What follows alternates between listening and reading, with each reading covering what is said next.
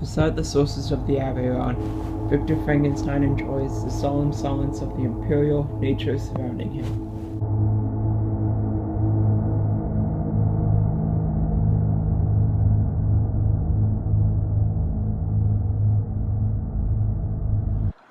Wandering spirits, if indeed ye wander, but do not rest on your narrow beds, allow me this faint happiness, or take me as your companion, away from the joys of life.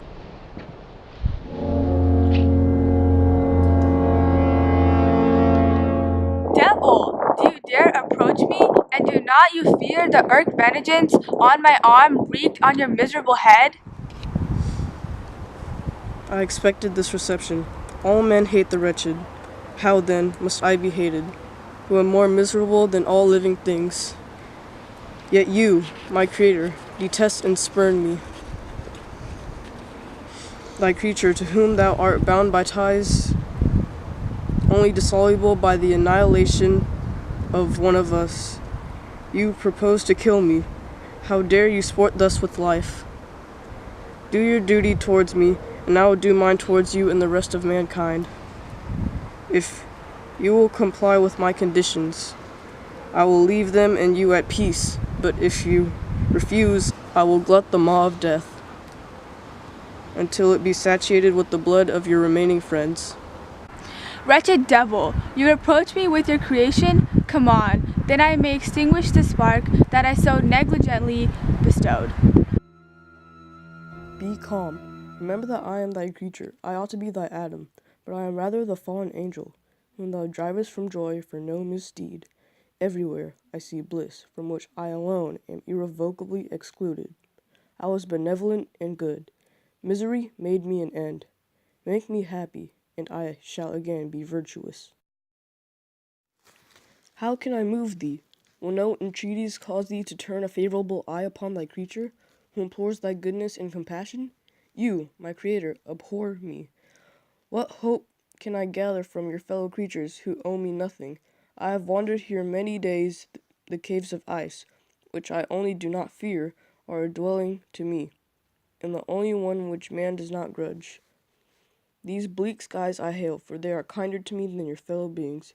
If the multitude of mankind knew of my existence, they would do as you do, and arm themselves for my destruction. Shall I not then hate them who abhor me? I will keep no terms with my enemies. I am miserable, and they shall share my wretchedness. Yet it is in your power to recompense me, and deliver them from an evil which it only remains for you to make so great. But not only you and your family, but thousands of others shall be swallowed up in the whirlwinds of its rage. Let your compassion be moved, and do not disdain me. Listen to my tale. When you have heard that, abandon or commiserate me, as you shall judge that I deserve. Why do you call to my remembrance? I rejoined, circumstances of which I shudder to react, that I have been the miserable origin and author? By the virtues that I once possessed, I demand this from you. Hear my tale. It is long and strange, and the temperature of this place is not fitting to your sensations. Come to the hut upon the mountain. The sun is yet high in the heavens. Before it descends to hide itself beyond your snowy precipices and illuminate another world, you will have heard my story and can decide. On you it rests, whether I quit forever the neighborhood of man and lead a harmless life, or become the scourge of your fellow creatures and the author of your own speedy ruin.